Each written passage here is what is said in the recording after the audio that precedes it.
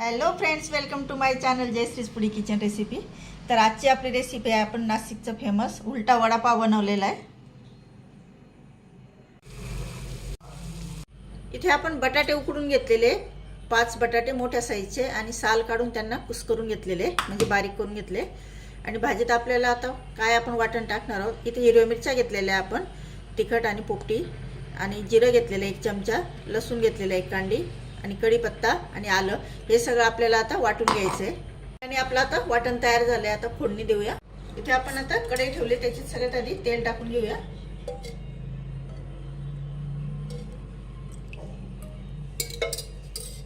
एक चमचा मोहरी टाकायची, मोहरी छान तडतडू द्यायची। नंतर जिरं,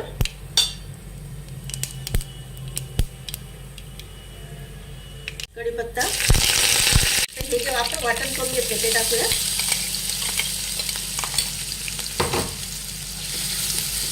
छान परतून घेऊ त्याला।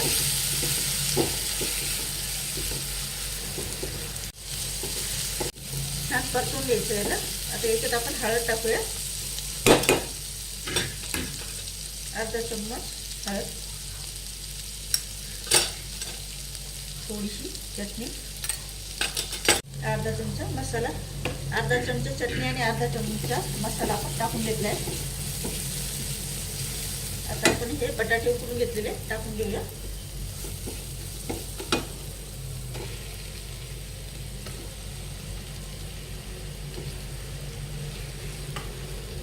आता याला पूर्ण मिक्स करून घेऊया।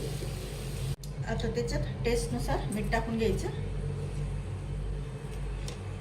आणि नंतर चाट मसाला 1 चमचा। टेस्ट खूप छान येते याच्यामुळे। जर आमचूर पावडर असेल ती टाका किंवा चाट मसाला, नसेल तर दोघांपैकी तर लिंबू पिळा। आता हे सगळं एकजीव करून घ्यायचं।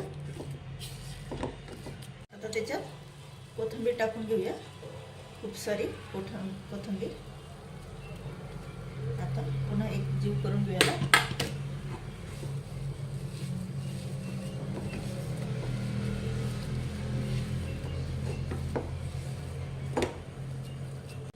आता आपली भाजी तयार झाली, अशी चिकनी भाजी तयार व्हायला पाहिजे।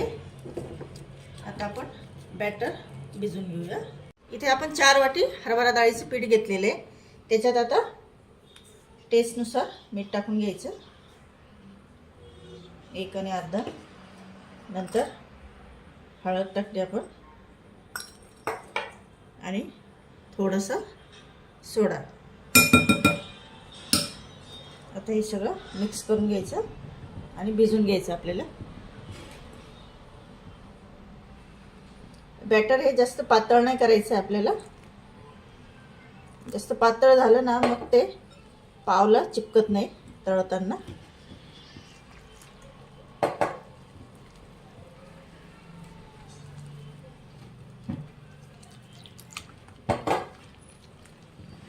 हे बॅटर आपलं आता छान तयार झालेलं आहे। आता याला 10 मिनिट आपण रेस्ट करू देऊ, तोपर्यंत आपण चटणी करून घेऊया। आपण इथे पुदिनाची चटणी करतोय उलटा वडापावसाठी।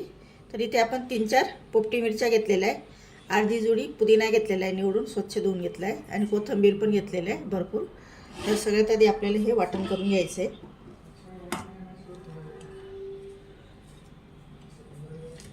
चटणीशिवाय मजा नाही याला।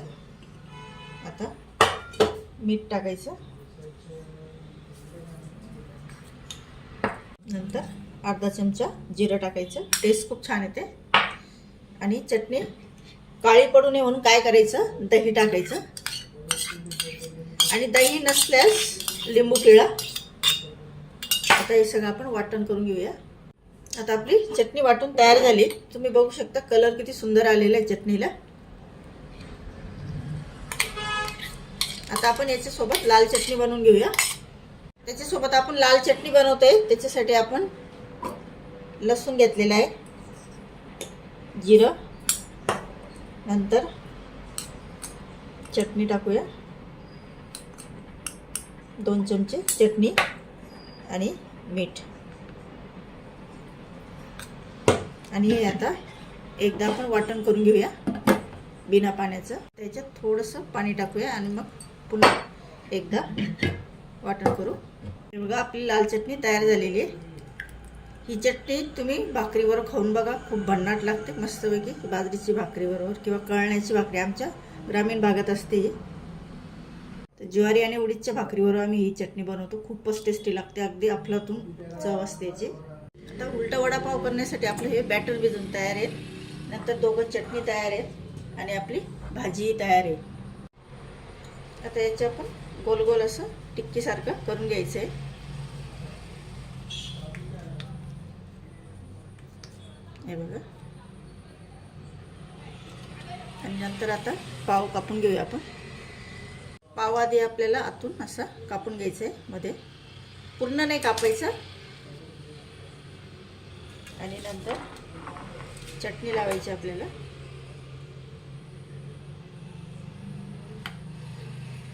वरच्या साईडने ही पुदिन्याची चटणी येऊ द्यायची. नंतर खालच्या साईडने लाल चटणी. खूप चव छान लागते याची, एकदम झणझणीत तयार होतं. आणि हे आतमध्ये ठेवायचं आणि बंद करून घ्यायचं याला. आणि मग डाळीच्या पिठात आपण तळून घेणार आहोत बुडून. असंच हा दुसराही तयार करते.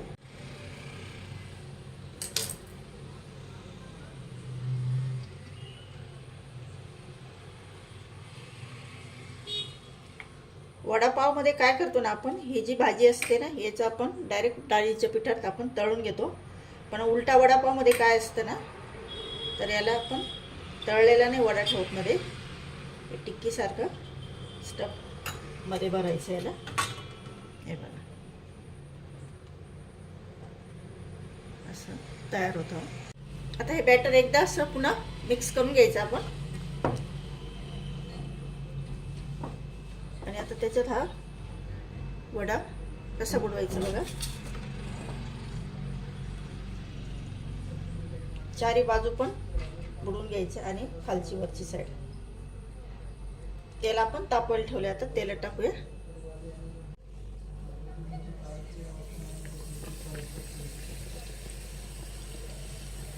तसं दुसरंही बुडवून घेऊ आपण.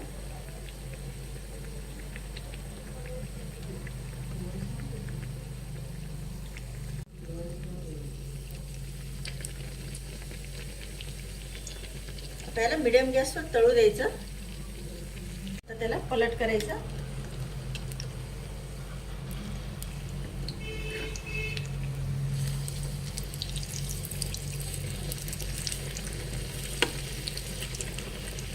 आणि ह्या बाजूने आपल्याला 2-3 मिनिट होऊ द्यायचं त्याला.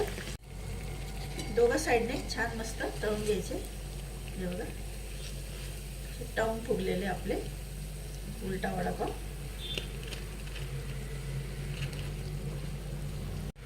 तळले गेले, काढून घेऊया. तेल छान निथरू द्यायचं. गरमागरम लगेच मस्तपैकी खायला द्यायचं. आपला उलटा वडापाव तयार झालेला आहे. तर त्याच्यासोबत आपण मिरच्या तळून घेऊया. मिरची कमी जास्त तळायची. मिरची आपली आता छान तळली गेलेली आहे. मिरची तळताना एक करायचं, मध्ये एक लाईन करून घ्यायची मिरचीला, नाही तर ती तेलात टाकल्यावरती फुटू शकते. आता काढून घेऊया. आपले मस्तपैकी उलटा वडापाव तयार झालेले आहे आणि सोबत मिरच्या तळलेल्या आहेत आपण. आता एक तुम्हाला मी कापून दाखवते.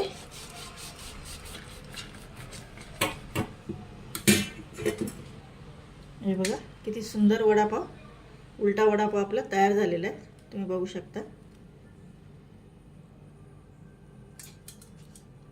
तर फ्रेंड्स, तुम्हाला रेसिपी आवडल्यास नक्की लाईक करा, शेअर करा, सबस्क्राईब करा आणि कमेंट करून सांगा मला तुम्हाला उलटा वडापावची रेसिपी कशी वाटली. नाशिकचा फेमस आहे हा.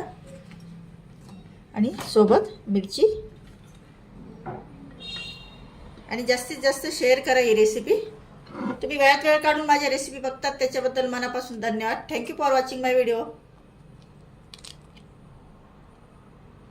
तुम्ही त्याला असंही खाऊ शकता. खूप टेस्टी लागतो आमच्या नाशिकचा फेमस आहे हा वडापाव. नंतर त्याच्यात चटणी टाकायचं